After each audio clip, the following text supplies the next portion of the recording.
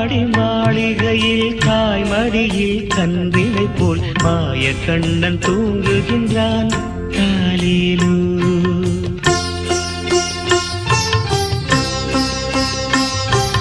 ஆயப்பாடி மாளிகையில் தாய்மடியில் கன்றினை போல் மாய கண்ணன் தூங்குகின்றான் காலிலு.